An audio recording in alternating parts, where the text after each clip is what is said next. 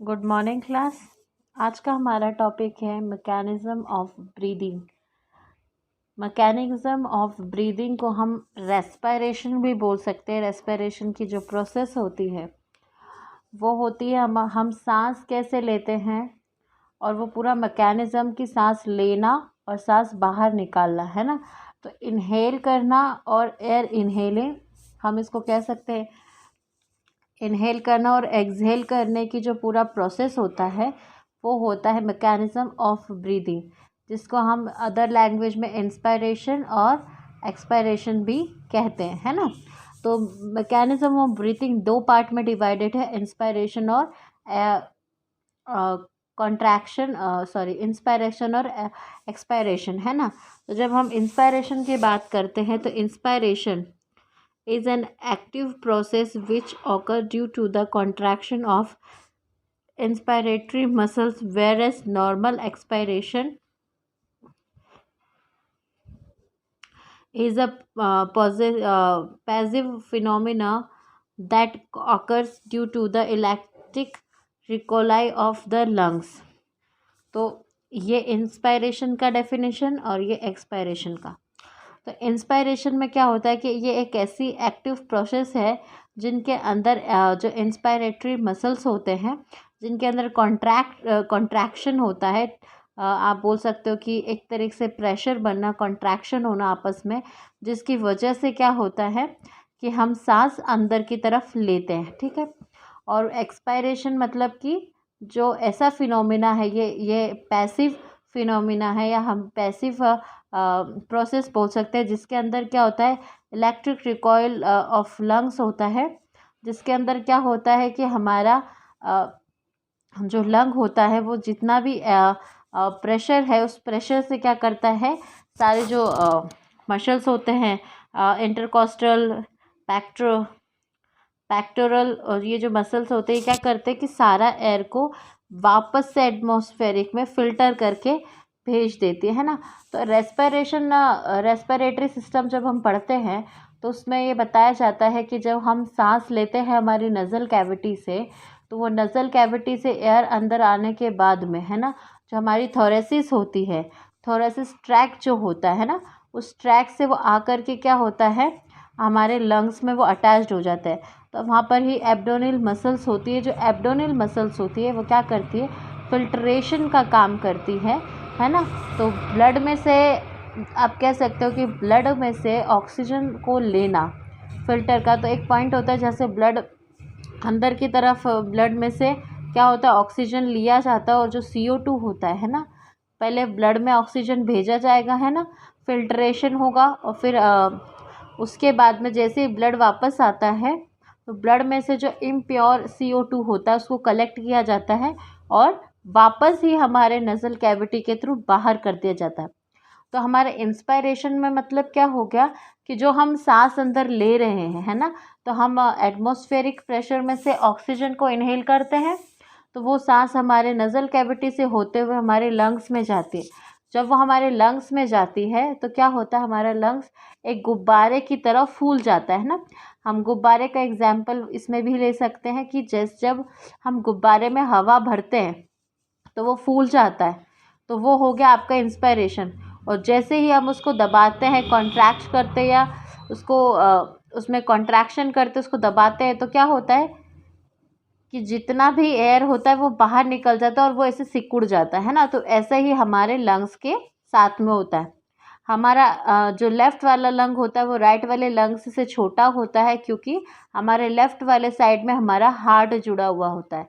तो लंग्स और हार्ट आपस में जुड़े हुए होते हैं, क्योंकि ब्लड फिल्ट्रेशन का काम जो होता है ना। हमने पहले वाले में कार्डिक साइकिल पढ़ी थी, तो उस कार्डिक साइकिल में हम देखते हैं कि ब्लड जिस तरह बाहर फ़्लो होता है ना, तो वो फ़्लो होता है ना, तो उसमें क्या होता है, हम कहते हैं कि हार्ट ब्लड प्योरीफिकेशन का काम कर रहा है। तो लंग्स और जो हार्ट होते हैं वो आपस में कनेक्टेड होते हैं।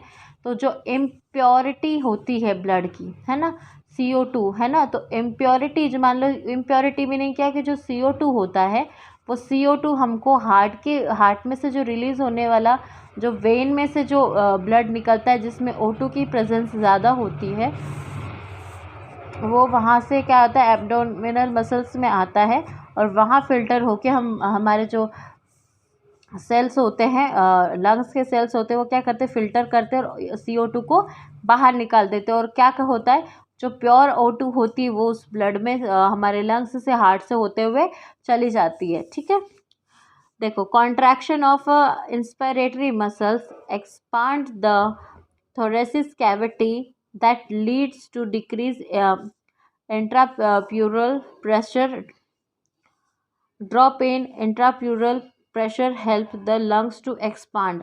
यानी कि कॉन्ट्रैक्शन जब इंस्पायरेटरी मसल्स में होता है तो जो थोरेसिस कैविटी होती है वो बढ़ती है और फिर क्या होता है, क्या डिक्रीज हो जाता है, जो इंट्राप्यूरल प्रेशर होता है वो कम हो जाता है। लेकिन जब हम जो इंट्राप्यूरल प्रेशर है वो हेल्प करता है किसको, लंग्स को बढ़ाने में, है ना। लंग्स को बढ़ाने मतलब जैसे हम सांस अंदर ले रहे हैं तो एकदम से लंग्स में हवा तो भरेगी ना, एयर तो उसमें जाएगी, तो उसका मतलब इसका ये है। तो इंट्राप्यूरल जो प्रेशर है, प्यूलर जो प्रेशर है वो क्या करेगा, लंग्स को एक्सपांड कर देगा। The expansion of lungs decreases intrapulmonary pressure to sub atmospheric level due to which air from atmosphere is sucked in the lungs। क्या है, जो एक्सपेंशन होता है लंग्स का, तो जिसमें इंट्राप्लूमोनरी प्रेशर जो होता है वो सब एटमॉस्फेरिक लेवल्स के ड्यू टू क्या होता है, कम होता है। तो जिसकी वजह से क्या होता है, जो एटमॉस्फेरिक एयर होती है वो स्टक्ड हो जाती है हमारे लंग्स के अंदर, जिसकी वजह से हम कह सकते हैं कि इन्हेलेशन होता है। अब देखो रेस्पिरेटरी में कौन कौन सी मसल्स होती है। Main muscle for inspiration, main muscle for expiration. तो इंस्पायरेशन के अंदर मसल होती है diaphragm and external intercostal muscles, और जो एक्सपायरेशन होता है उसके अंदर होती इंटरनल इंटरकोस्टल मसल्स और पेक्टोरल एब्डोमिनल मसल्स। ठीक है, अगर हम दूसरे सिंपल वे में अगर इनको समझें तो mechanism of breathing flow chart की तरह समझें तो मैकेनिज़्म ऑफ ब्रीदिंग दो टाइप से हो रही है, इंस्पायरेशन और एक्सपायरेशन। और ये होते इंस्पायरेशन यानी during with atmospheric air in drawn in, मतलब कि अंदर की तरफ एटमॉस्फेरिक प्रेशर एयर का अंदर आना इज कॉल्ड इंस्पायरेशन।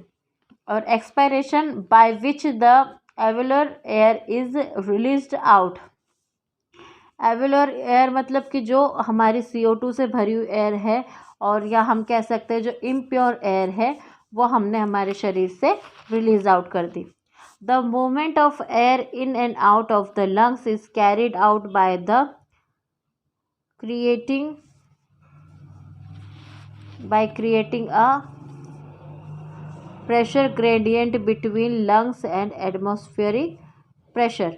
देखो जिस समय में एयर अंदर बाहर हो रही होती है ना, तो उस टाइम पे क्या होता है कि प्रेशर ग्रेडियंट होता है। वो प्रेशर किसके बीच में होता है, लंग्स और एटमॉस्फेयर के बीच में होता है। जैसे कि मतलब वो प्रेशर ग्रेडियंट मतलब कि हाई प्रेशर और लो प्रेशर का कॉम्बिनेशन। इसमें दो टाइप के प्रेशर होते हैं, इंट्राप्लूमिनरी प्रेशर और एटमॉस्फेरिक प्रेशर। जो इंट्राप्लूमिनरी प्रेशर होता है वो बिटवीन लंग्स के होता है, यानी दोनों लंग्स के बीच में ये प्रेशर होता है। फिर हम इंस्पायरेशन में देखते हैं, inspiration can occur if the pressure within the lungs intrapulmonary pressure is less than atmospheric pressure.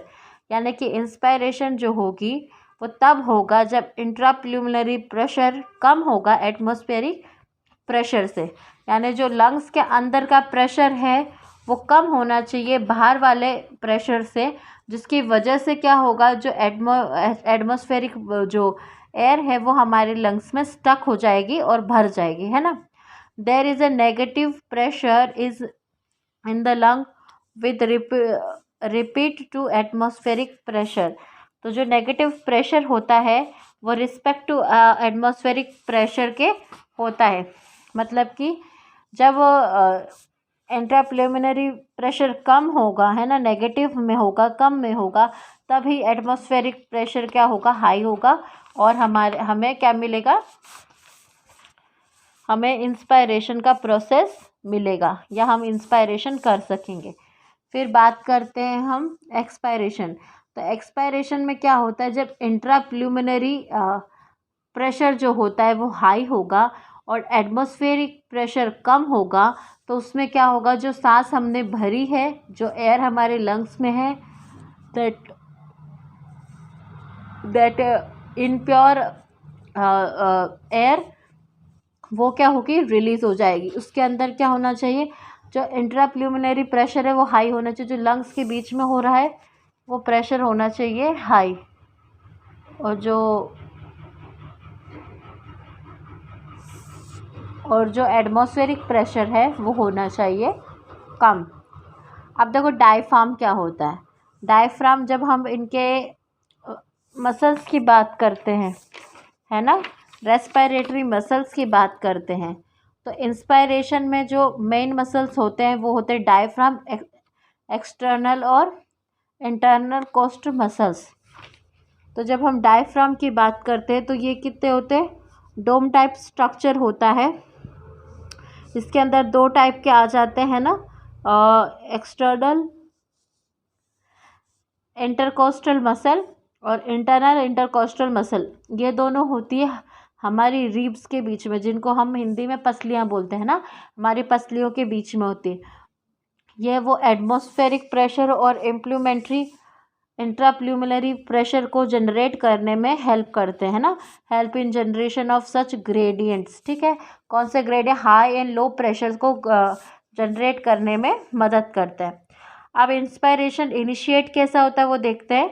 Inspiration is initiated by the contraction of diaphragm. जब डायफ्राम में कॉन्ट्रैक्शन होगा तब इंस्पायरेशन स्टार्ट होगा, which increase the volume of thoracic chamber. जो thoracic chamber होता है उसका volume को इंक्रीज कर देता है, किस पर, जो एंटोर पोस्टीरियर एक्सिस होता है वहाँ पर, जिसकी वजह से क्या होता है, कॉन्ट्रैक्शन होता है एक्सटर्नल इंटरकोस्टल मसल में, जिसकी वजह से क्या होता है कि जो हमारी हड्डियाँ होती है वो हमारी लिफ्ट अप हो जाती है, रिब्स और जो स्ट्रेनम है वो क्या हो जाता है, लिफ्ट अप हो जाता है, और जिसकी वजह से क्या होता है, causing and increase the volume of thoracic chamber in the dorso ventral axis. तो क्या जो थोरेसिस चैम्बर है उसका वॉल्यूम इंक्रीज हो जाएगा, उसके वॉल्यूम इंक्रीज होने की वजह से,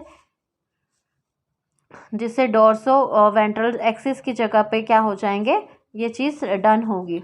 तो इंस्पायरेशन में क्या होता है कि जैसे ही आप क्या कर रहे हो, शरीर एयर आ रही है, अब नज़ल कैविटी से एयर इनहेल करते हो, है ना, तो उसके बाद में वो डायफ्राम में आएगी, है ना, तो कॉन्ट्रैक्शन होगा डायफ्राम में, तभी तो आपका जो प्लूमिनरी जो प्रेशर है वो कम होगा, तभी तो हमारे तभी तो हमारे शरीर में वो आ पाएगी।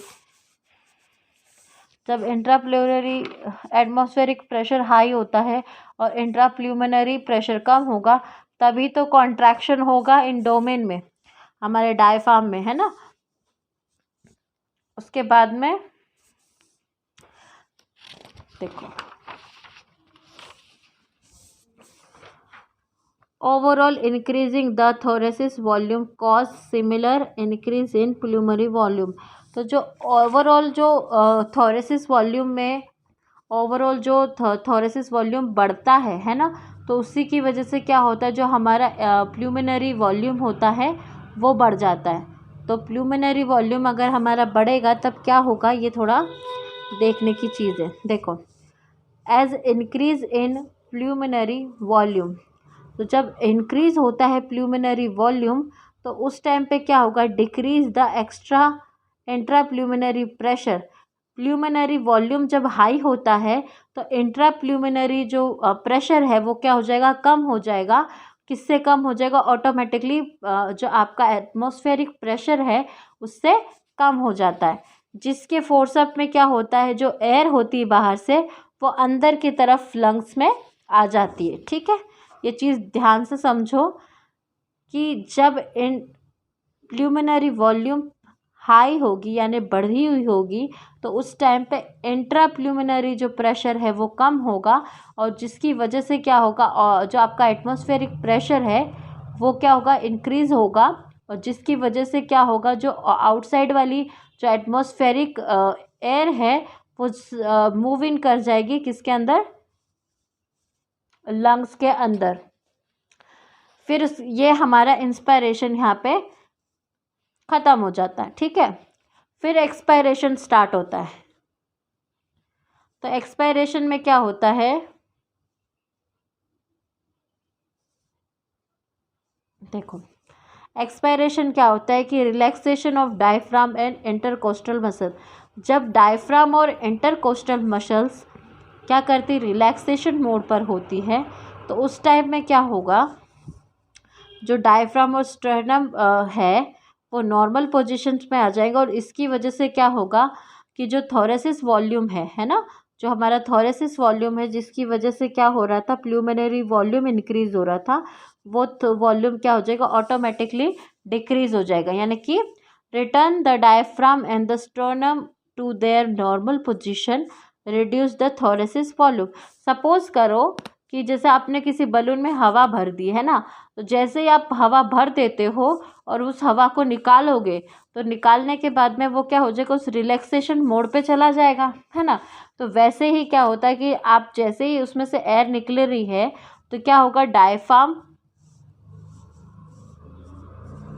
और आपका स्टर्नम क्या करेगा, नॉर्मल पोजीशन पे आ जाएगा। या तो आप यूँ कह दो कि आपने किसी बलून को हवा भर रखी थी और आपने हाथों से पकड़ रखा था, और जैसे ही आप वो हाथ हटा देते हो और इन दोनों को, उंगलियों को आप रिलैक्सेशन मोड पे डालते हो, तो वैसे ही वो ऑटोमेटिकली सारी एयर बाहर निकल जाएगी, है ना। तो ऐसा ही इसमें बोला है कि नॉर्मल पोजीशन पे अगर वो आते हैं, तो उस कंडीशन में क्या होता है कि जो थोरेसिस वॉल्यूम है वो ऑटोमेटिकली क्या हो जाएगा, कम हो जाएगा, जिसकी वजह से क्या होगा, जो प्लूमिनरी वॉल्यूम है वो भी डिक्रीज़ होगा, जिसकी वजह से क्या होगा कि जैसे ही प्लूमिनरी वॉल्यूम डिक्रीज़ होता है, उसी टाइम पर क्या हो जाता है, जो इंट्रा प्लूमिनरी जो प्रेशर होता है वो बढ़ जाएगा और एटमॉस्फेरिक प्रेशर कम हो जाएगा। तो जब एटमॉस्फेरिक प्रेशर कम हो और इंट्रा प्लूमिनरी प्रेशर ज़्यादा हो, तो उस टाइम पे क्या होता है, एक्सपल्शन ऑफ एयर, यानी कि या हम कह सकते हैं एक्सहेल हो जाती है, जो एयर होती है वो बाहर निकल जाती है। ये एक्सपायरेशन हो गया हमारा। इंस्पायरेशन में हमने ये देखा कि जब हमारा डायफ्राम होता है, जो हमारा डायफ्राम होता है वो क्या करता है, ग्रेडियंट्स को मतलब जनरेट करता है, जिसके बाद में जो हमारे एक्सटर्नल इंटरकोस्टल मसल्स जो होते हैं वो फंक्शन परफॉर्म करते हैं, जिसकी वजह से जो थोरेसिस वॉल्यूम होता है वो इंक्रीज़ होता है, जिसकी वजह से प्लूमिनरी वॉल्यूम इंक्रीज़ हो जाता है। और उसके बाद में जैसे ही प्लूमिनरी वॉल्यूम इंक्रीज़ होगा, वैसे ही क्या होगा, आपका इंट्रा प्लूमिनरी प्रेशर कम हो जाएगा और एटमॉस्फेरिक प्रेशर बढ़ जाएगा, जिसकी वजह से क्या होगा, इंस्पायरेशन होगा, यानी कि बाहर से हवा अंदर शरीर के अंदर आ जाएगी, लंग्स में आ जाएगी। लेकिन जस्ट उसका अपोजिट होता है, जब हमारा डायफ्राम और स्टर्नम रिलैक्सेशन मोड पर होते हैं, तो उस टाइम पे थोरेसिस वॉल्यूम डिक्रीज़ हो जाएगा, जिसकी वजह से सीधा प्लूमिनरी वॉल्यूम भी कम होगा, और उसकी वजह से क्या होगा, जो इंट्राप्लूमिनरी वॉल्यूम है, प्रेशर है सॉरी, वो बढ़ जाएगा और एटमॉस्फेरिक प्रेशर कम हो जाएगा, जिसकी वजह से एक्सपायरेशन प्रोसेस होगी। देखो, we have the ability to increase the strength of inspiration and expiration. हमारे शरीर में इतनी एबिलिटी होती है कि हम प्राणायाम या योगा से हमारे जो क्या होता है कि इंस्पायरेशन और एक्सपायरेशन की जो हमारी स्ट्रेंथ होती है उसको कम कर सकते हैं या बढ़ा सकते हैं। सॉरी, कम तो क्या करेंगे, बढ़ा सकते हैं, है ना। जो हम स्वशासन करते हैं ना, स्वशासन एक होता है ना, वो आसन जब हम करते हैं तो जिसमें हम ज़ोर ज़ोर से इनहेल करते और एक्सहेल करते हैं ना, इन आउट एयर का इन आउट करते हैं ना, तो उससे क्या होता है कि हमारे लंग्स में, हमारे लंग्स की जितना स्पीड में लंग काम करेगा उतना ही ह्यूमन क्या होता है, हेल्दी होता है ना। तो हमारे पास एबिलिटी होती है इंक्रीज करने की the strength of inspiration and expiration with the help of additional muscles in abdomen. जो एब्डोमेन में एडिशनल मसल्स होती हैं वो उसमें मदद करती है ना। On an average a healthy human breathe 12 to 16 time in a minute, यानी कि एक नॉर्मल हेल्दी जो ह्यूमन होगा वो 12 से 16 बार 1 मिनट के अंदर सांस लेता होगा। The volume of air involve in breathing movement can be estimated by using spirometer. ये थोड़ा एडिशनल में है कि जो हमारी जो हम कह सकते हैं हमारा जो ब्रीदिंग मूवमेंट है उसको कौन से इंस्ट्रूमेंट के से हम मेजर कर सकते हैं, दैट इज़ कॉल्ड स्पायरोमीटर, जो हमारे स्टैंडर्ड के हिसाब से उसको बनाया गया है, जो कि हमारे क्लिनिकल असेसमेंट में क्या होता है, प्लुमिनरी फंक्शन को परफॉर्म्ड करता है। तो आज के टॉपिक में इतना ही है। आपका इंस्पायरेशन, आपका एक्सपायरेशन, आपका मैकेनिज्म ऑफ ब्रीदिंग।